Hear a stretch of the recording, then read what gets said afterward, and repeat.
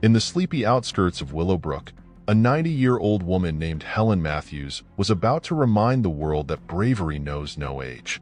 Helen, the widow of a decorated World War II hero, spent her days quietly running a small, time-worn gas station.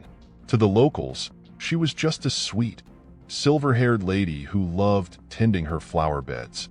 But one fateful evening, when a rowdy biker gang known as the Steel Serpents roared into town, they made a grave mistake, mocking the military uniform proudly displayed in Helen's station.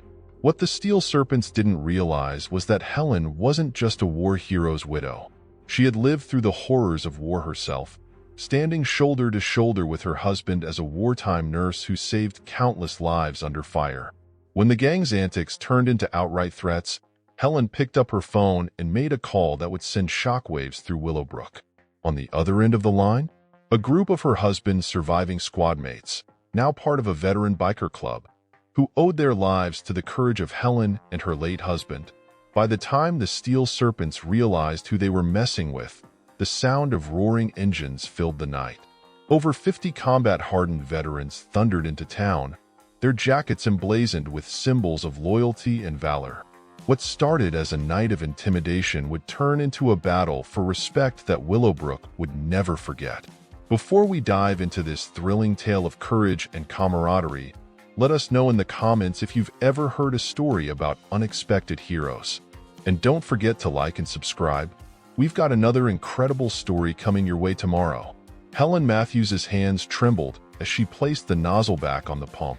The rumble of engines had grown louder, shaking the very ground beneath her feet. She turned toward the source of the sound and saw them. A pack of bikers, their motorcycles gleaming like hungry beasts under the midday sun. They roared into her gas station parking lot, leather jackets gleaming with menacing insignias. The leader, a burly man with a jagged scar running down his cheek, dismounted first. Well, what do we have here?" he drawled, his voice carrying an edge that made Helen's stomach knot. She'd seen bikers before, but these weren't the friendly kind who passed through for a fill-up and a soda. This group had trouble written all over them. Helen took a deep breath, squared her shoulders, and stepped out from behind the counter. "Good afternoon," she said, forcing a smile. "How can I help you folks today?" The man with the scar sauntered toward her, his heavy boots crunching against the gravel. His gaze flicked past her to the old military uniform displayed proudly in the station's front window. The khaki jacket belonged to her late husband, James, a decorated World War II veteran. The medals pinned to it gleamed under the glass case, a testament to the sacrifices he'd made for his country. "What's this?" the man sneered, pointing at the uniform. "Your husband's?" "Yes," Helen replied, her voice steady despite the fear coiling in her chest. "James Matthews. He served with honor." The leader smirked, turning to his crew. "Hear that, boys? Her old man was a soldier. Guess she thinks that makes her special." The bikers laughed, a harsh, grating sound that echoed in Helen's ears. One of them, a wiry man with a missing tooth, pressed his face against the glass, mockingly saluting the uniform. "Bet it's just for show," he said. "Probably never even saw combat." Helen's blood boiled, but she kept her composure. "He fought bravely," she said firmly, "and I'd appreciate it if you showed some respect." The leader's smirk widened. "Respect? Lady, respect is earned." He leaned in closer, his breath reeking of cigarettes and bad intentions. "And right now, you're not exactly impressing me." Helen's heart pounded as the bikers began to circle her, their laughter growing louder. She knew she was outnumbered, and the nearest help was miles away. But then she remembered something, a number she hadn't dialed in years but had never forgotten. It was scrawled in faded ink on the back of an old photo tucked away in her office. Without another word, Helen turned on her heel and walked briskly inside. "Where you going, Grandma?" one of the bikers called after her. Helen didn't answer. Her hands trembled as she picked up the rotary phone and dialed the number. The line crackled, and for a moment, she feared no one would answer. Then, a deep, gravelly voice came through. "This is Frank." "Frank," Helen said, her voice breaking. "It's Helen Matthews. I need your help." There was a pause, then the sound of a chair scraping against the floor. "Helen? What's going on?" She glanced out the window. The bikers were still outside, now rifling through the trash cans and knocking over displays. "It's some bikers," she said, her voice shaking. "They're causing trouble at the station. They disrespected James's uniform." Frank's voice hardened. "Disrespected James? That's all I need to hear." "Sit tight, Helen. We'll be there soon." Helen hung up, her heart still pounding but now with a flicker of hope. She didn't have to wait long. Within minutes, the faint rumble of engines filled the air. It grew louder and louder until it drowned out the bikers' jeers. Helen stepped outside just as a line of motorcycles appeared on the horizon, their chrome glinting in the sunlight. The leader of the gang turned, his smirk fading as he saw the newcomers. These weren't ordinary bikers. They were older, their jackets adorned with patches and insignias that told stories of battles fought and won. At the head of the pack was Frank, his silver beard flowing in the wind. He dismounted his bike and walked straight toward Helen, his expression grim. "You okay?" Helen nodded, tears welling in her eyes. "Thank you, Frank." Frank turned to the gang, his gaze like steel. "You boys picked the wrong widow to mess with." The leader squared his shoulders, trying to look tough. "Yeah? And who are you supposed to be?" Frank's lips curled into a cold smile. "We're the vets," he said, "and we don't take kindly to disrespect." The gang exchanged uneasy glances as the veterans' bikes formed a tight circle around them. Helen watched from the sidelines, her heart swelling with pride. James may have been gone, but his legacy lived on, not just in the uniform in her window, but in the bonds of brotherhood he'd forged. And today, that brotherhood was here to protect her. The leader of the gang, known only as Snake, sized up Frank and the line of veterans behind him. His smirk returned, but there was a flicker of uncertainty in his eyes. The sun blazed down on the gas station, casting long shadows across the gravel lot as the two groups faced off. "You've got some nerve showing up here," Snake said, trying to sound tough. "This is our territory." Frank's face didn't change. He stepped forward, his boots crunching on the gravel, and stood just a few feet away from Snake. Despite his age, Frank's presence was commanding, a lifetime of discipline and courage etched into every line on his face. "Territory?" Frank repeated, his voice low and steady. "This isn't about territory. It's about respect. And you boys just crossed a line you shouldn't have." Snake glanced over his shoulder at his crew. Some of them nodded, egging him on, but others looked less certain. One of the younger bikers shifted nervously, his hand hovering near his jacket pocket. Frank caught the movement out of the corner of his eye and raised a hand, palm open. "Easy, kid," he said. "We're not here to fight, unless you make us." Helen watched the scene unfold from the doorway of the gas station. Her heart raced as the tension in the air grew thicker. She'd seen men like Snake before, bullies who thrived on fear and intimidation. But she'd also seen men like Frank, who stood up to bullies without hesitation. She clutched the edge of the doorframe, silently praying the situation wouldn't escalate. "What's your deal, old man?" Snake sneered. "You and your crew think you can ride in here and tell us what to do?" Frank tilted his head slightly, studying Snake like a hawk eyeing its prey.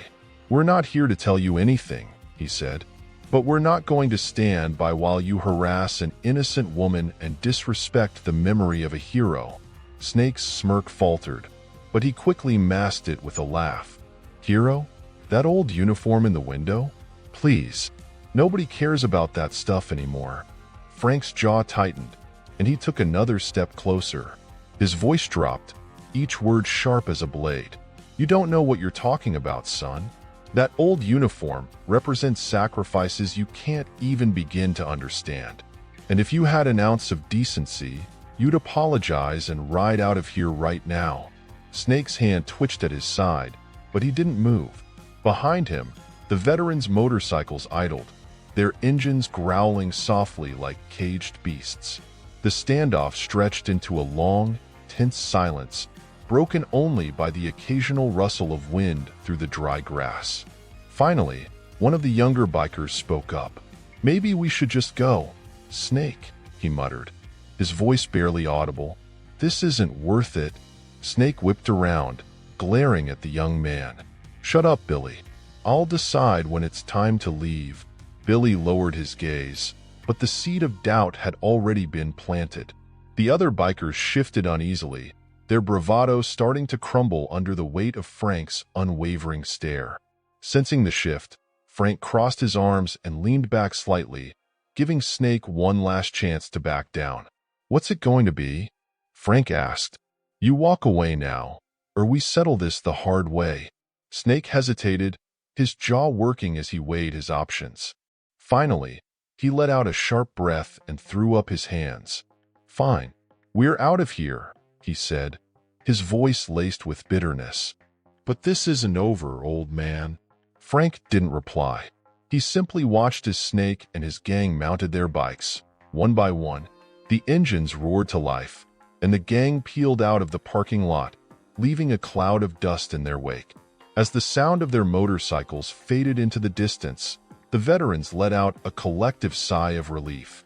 "Good riddance," one of them muttered. Frank turned back to Helen, his stern expression softening into a reassuring smile. "You okay?" he asked. Helen nodded, tears streaming down her face. "I don't know how to thank you," she said. Frank waved a hand dismissively. "You don't need to thank us. James was one of us. We'll always have your back." Helen stepped forward and hugged him tightly, her frail arms trembling as she clung to the man who had brought hope and protection when she needed it most. But as the veterans began to mount their bikes and prepare to leave, Helen couldn't shake the feeling that this wasn't the end. Snake's parting words echoed in her mind, a chilling reminder that trouble had a way of coming back when you least expected it. The dust hadn't even settled from the gang's departure when Helen's unease began to grow. She stood in the doorway, her gaze fixed on the horizon as if expecting Snake and his gang to reappear at any moment. The veterans, meanwhile, lingered a little longer, sensing the weight of her worry. Frank approached Helen, his rugged face soft with concern. "You've got nothing to worry about, Helen," he said, his voice steady. "We'll make sure they don't come back."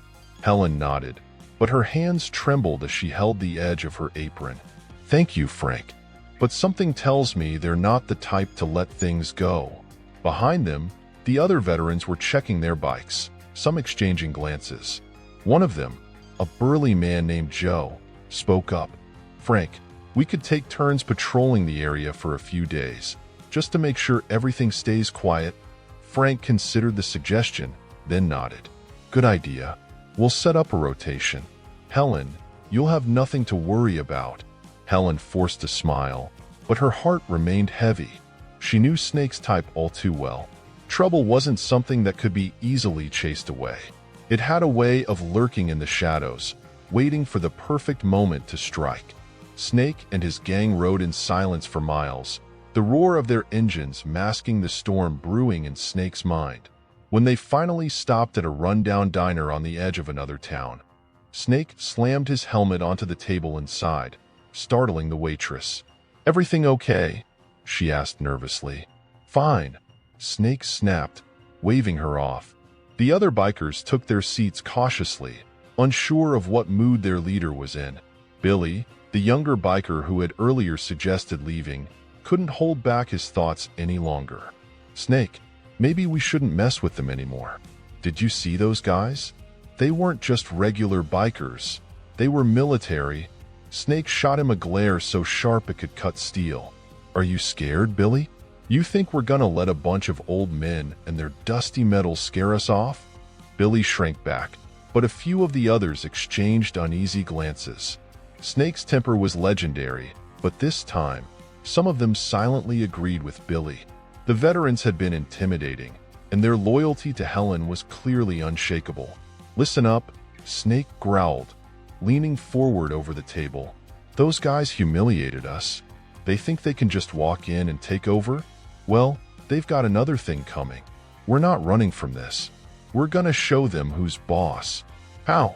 One of the bikers asked cautiously. Those guys look like they've seen real fights. They're not your average tough guys. Snake grinned, a cold, cruel expression. We'll hit them where it hurts, but we'll do it smart. No direct fights, at least not yet. We'll make their lives miserable, and they won't even see it coming. The gang exchanged uncertain looks, but none of them dared to challenge Snake's plan. They nodded reluctantly, their loyalty to their leader outweighing their growing doubts. Back at the gas station, Helen watched as the veterans rode off in pairs, each promising to keep an eye out for trouble. Frank stayed behind a little longer, sitting with Helen on the porch as the sun dipped below the horizon. "You've got a strong spirit, Helen," Frank said, his voice warm. "James would be proud of you." Helen smiled faintly, her eyes glistening with tears. "I just wish he were here. He always knew how to handle situations like this." Frank placed a reassuring hand on her shoulder. "You're not alone, Helen. We're here for you. And we're not going anywhere." As night fell, the gas station grew quiet, the only sounds coming from the chirping crickets and the distant hum of engines fading into the distance. Helen locked up the shop and headed to her small apartment above the station. She tried to push the day's events out of her mind, but sleep didn't come easily. The next morning, Helen awoke to an unsettling sight. The gas station's front window, the one displaying James's uniform, had been shattered. Shards of glass littered the ground, and the uniform itself was gone. A spray-painted message covered the wall beside the window. "This is just the beginning." Helen's heart sank as she stared at the vandalism. Her hands shook as she reached for her phone and called Frank. Within minutes, the veterans began arriving, their faces grim as they took in the damage. Frank examined the message, his jaw tightening. "It's them," he said simply. Joe nodded. "They're trying to scare us. Make us back off." Helen's voice trembled as she spoke. "What do we do now? I can't keep living like this." Frank turned to her, his expression fierce. "We fight back, but we do it our way. They think they're smart, but they've underestimated us. We'll show them what real resolve looks like." As the veterans began planning their next move, Helen felt a glimmer of hope amid the fear. She didn't know what lay ahead, but she knew she wasn't facing it alone. Helen stood beside Frank and the rest of the veterans as they assessed the damage. The shattered glass glinted in the morning sunlight, a cruel reminder of Snake's promise. Joe kicked at a chunk of debris and shook his head. "They're not going to stop unless we make them." Frank's face was unreadable as he stared at the message spray-painted on the wall. "This isn't just about scaring us anymore. They've declared war." The group of veterans gathered in a tight circle, their voices low but firm. Each of them had faced worse enemies in their lives, but this fight felt different. It wasn't just about defending Helen's gas station. It was about protecting their shared values and standing up for what was right. Helen watched them with a mix of awe and gratitude. These men, who had already given so much for their country, were now willing to risk themselves again for her. She stepped closer, her voice trembling but resolute. "I can't let you do this for me. It's too dangerous." Frank turned to her, his gaze steady. "We're not doing this just for you, Helen. We're doing it for James, for everything he stood for, and for ourselves. We don't back down from bullies." The other veterans nodded in agreement, their eyes burning with determination. Joe placed a reassuring hand on Helen's shoulder. "We've got this, ma'am. Trust us." Snake and his gang, meanwhile, were holed up in an abandoned warehouse on the edge of town, their laughter echoing off the graffiti-covered walls. Snake leaned back against his bike, a twisted grin on his face as he admired the stolen uniform now draped over a chair. "Bet they're shaking in their boots," he said, his voice dripping with smugness. Billy, sitting quietly on the side, glanced at the uniform and frowned. "I don't know, Snake. Stealing that uniform, it feels wrong. It's not like the other stuff we've done." Snake's grin vanished, and he shot Billy a venomous look. "You got something to say, Billy?" Maybe you're forgetting who's in charge here. Billy swallowed hard and shook his head. No, boss. Just thinking out loud. Snake snorted and turned back to the group. Good. Because we're just getting started. Those old-timers think they can scare us? They've got no idea what's coming. That evening, the veterans convened at Frank's garage, a makeshift headquarters filled with tools, maps, and photographs from their military days. They worked quickly, devising a plan that would protect Helen and send a clear message to Snake and his gang. We can't afford to sit back and wait for them to strike again, Joe said, tapping a finger on a map of the area. We need to be proactive. Frank nodded. Agreed. But we do this smart. No unnecessary risks. One of the veterans, a wiry man named Sam, spoke up. I've got connections in town. We can set up a surveillance system, cameras, motion sensors. If they come near the station again, we'll know about it. Joe grinned. I like it. And while we're at it, we can reinforce the station. Make it harder for them to pull another stunt like this. As the veterans laid out their plans, Helen brought them coffee and sandwiches, listening quietly. She couldn't help but feel a surge of hope. These men were a force to be reckoned with, and they weren't going to let Snake win. By the next morning, the gas station was a hive of activity. The veterans worked tirelessly, installing cameras and motion detectors, patching up the shattered window, and fortifying the building. Helen pitched in where she could, her spirits lifting as the station transformed into a fortress. Frank stood back, watching the progress with a sense of pride.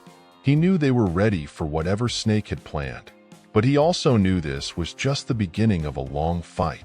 As the sun set, the veterans gathered around a small fire pit behind the station, their faces illuminated by the flickering flames. Helen joined them, her heart full of gratitude. I don't know how I'll ever repay you, she said, her voice thick with emotion. Frank smiled and shook his head. You don't have to, Helen. This is what we do. We look out for each other. Joe raised his coffee cup in a toast. To James, and to standing up for what's right. The others raised their cups, their voices ringing out in unison. To James. But as the night wore on and the fire died down, the veterans remained vigilant. They knew Snake wouldn't give up easily, and neither would they. The following morning, Helen's gas station stood fortified like a bastion, its reinforced walls and strategically placed cameras silently daring anyone to try something. The veterans had left nothing to chance. Yet Helen couldn't shake a feeling of foreboding as she went about her day, stocking shelves and cleaning up. Meanwhile, Snake had gathered his gang at the warehouse. His demeanor was darker than usual, his plans more sinister. The stolen uniform hung mockingly on the wall behind him, a reminder of his provocation. Listen up, Snake barked, slamming his fist on a rickety table. The gang fell silent, their eyes fixed on him. Those old-timers think they've won. They think they can scare us off with their little cameras and fortifications. Billy shifted uneasily, but Snake ignored him. Tonight, we're taking things up a notch. We're gonna hit them where it really hurts. What's the plan, boss?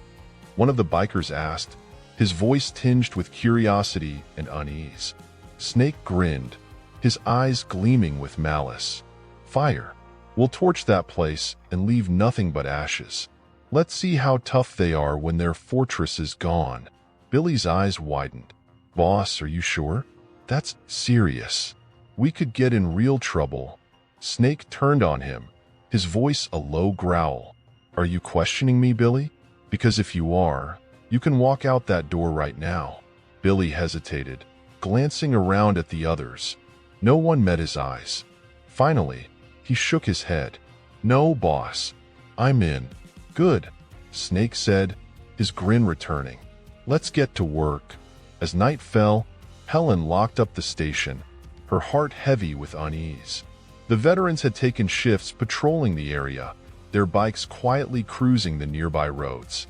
Frank was the first on duty, his sharp eyes scanning the shadows as he sipped a cup of coffee outside the station. The night was quiet, too quiet.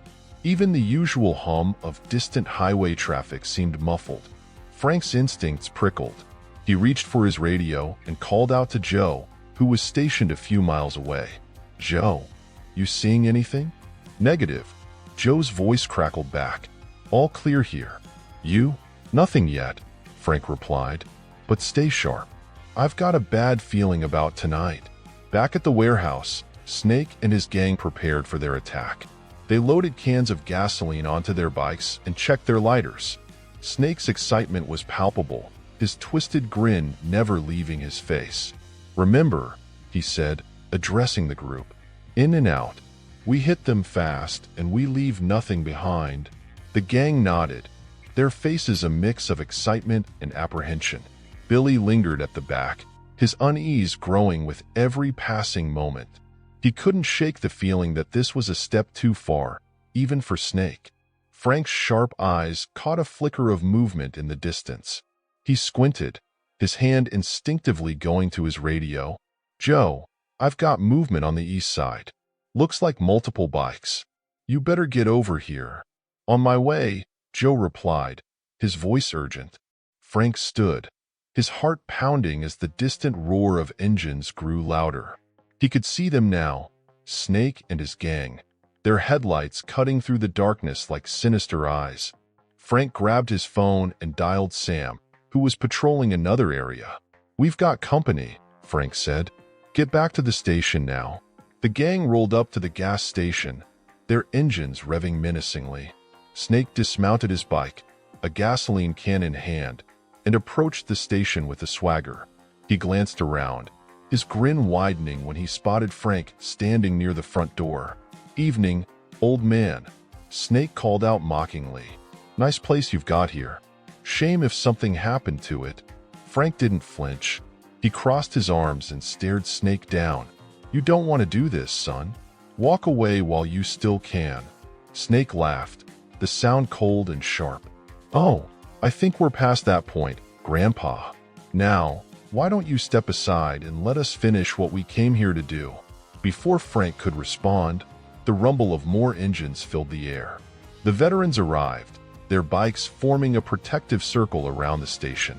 Joe, Sam, and the others dismounted, their faces set with grim determination. Snake's grin faltered, but only for a moment. He turned to his gang, his voice rising.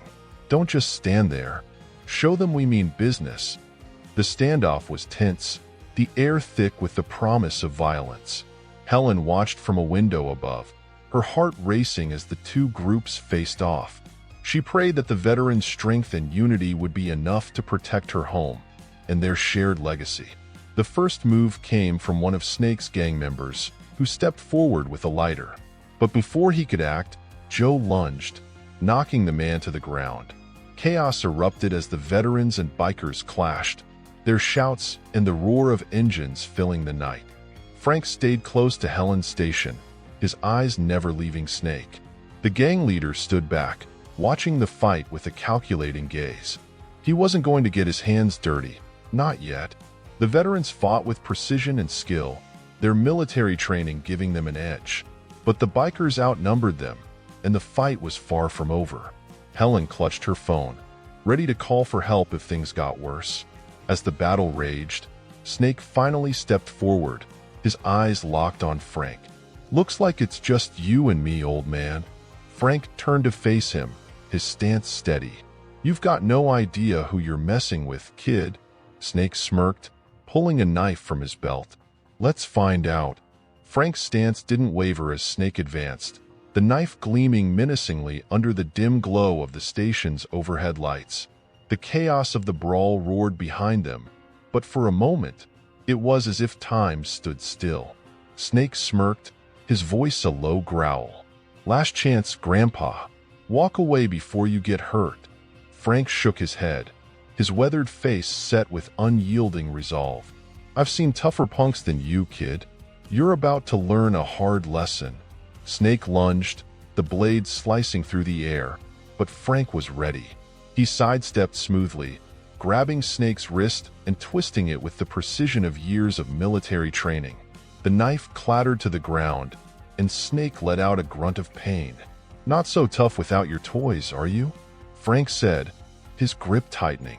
Snake snarled and swung his free hand at Frank, but the older man ducked and countered with a swift elbow to Snake's ribs.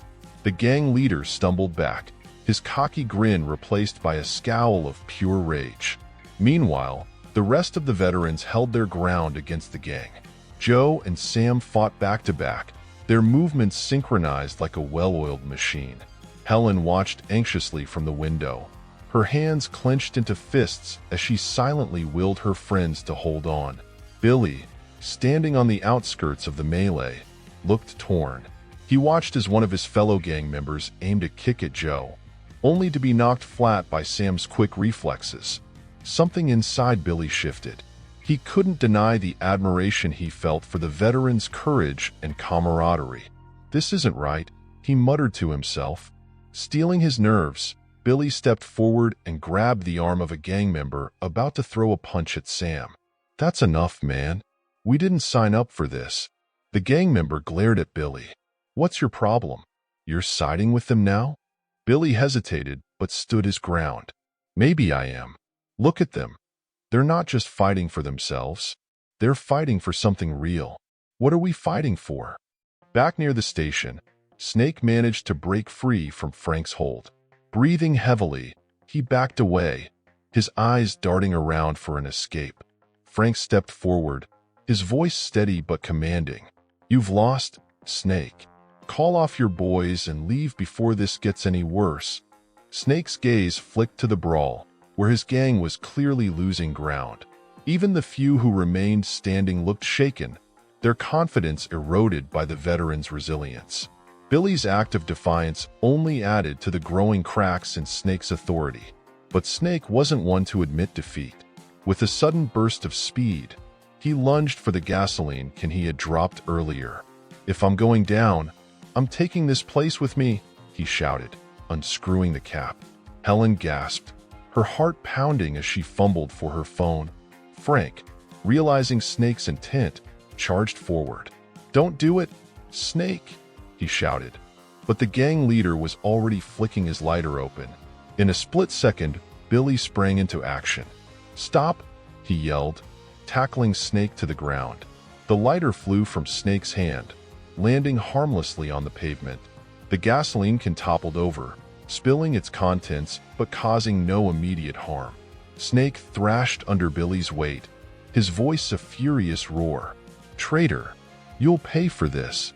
Billy pinned Snake down, his voice firm. "It's over, Snake. You've got nothing left." The brawl came to an abrupt halt as the remaining gang members, seeing their leader subdued, began to back away.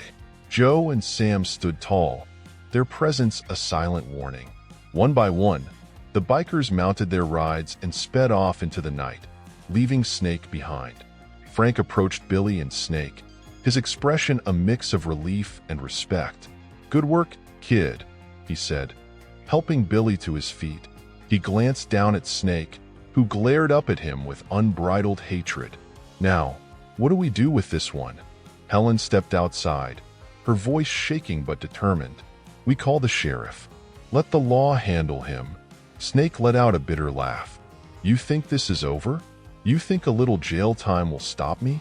Frank leaned down, his voice low and cold. "If you ever come back here, you'll have all of us to deal with. And trust me, Snake, you don't want that." As the veterans and Helen watched the sheriff's car take Snake away, a sense of calm began to settle over the station. Billy lingered nearby, his hands shoved into his pockets. He looked up as Helen approached. "Thank you," she said softly. "You didn't have to do what you did, but you chose to stand up for what's right." Billy shrugged, a faint smile tugging at his lips. "Guess I finally realized I was on the wrong side." Joe clapped a hand on Billy's shoulder. "You've got guts, kid. If you're looking for a better crew, we could use someone like you." Billy's smile widened, the weight of his past choices beginning to lift. "I'd like that." As the first rays of dawn broke over the horizon, Helen looked out at the gas station, her heart swelling with gratitude. The battle had been won, but the scars of the night's events remained, a reminder of the strength it took to stand up for what was right. The veterans, now a steadfast part of her life, had proven that unity and courage could overcome even the most daunting challenges. Billy, now embraced by the veteran group, began his journey of redemption, learning the values of loyalty, honor, and standing for something greater than himself. Helen, inspired by the bravery around her, resolved to keep the gas station as a beacon of hope and resilience for anyone who passed through. The moral of this story is clear. Standing up for what is right, even when it's difficult, creates ripples that can change lives. It shows that courage isn't about having no fear, but about facing fear head-on with the help of those who stand by you. What would you have done in Billy's shoes? Let us know in the comments below. Do you believe people can truly change for the better? If you enjoyed this story, please like, subscribe, and share it with your friends. Your support helps us create more inspiring tales just like this one. Thank you for watching, and see you in the next story.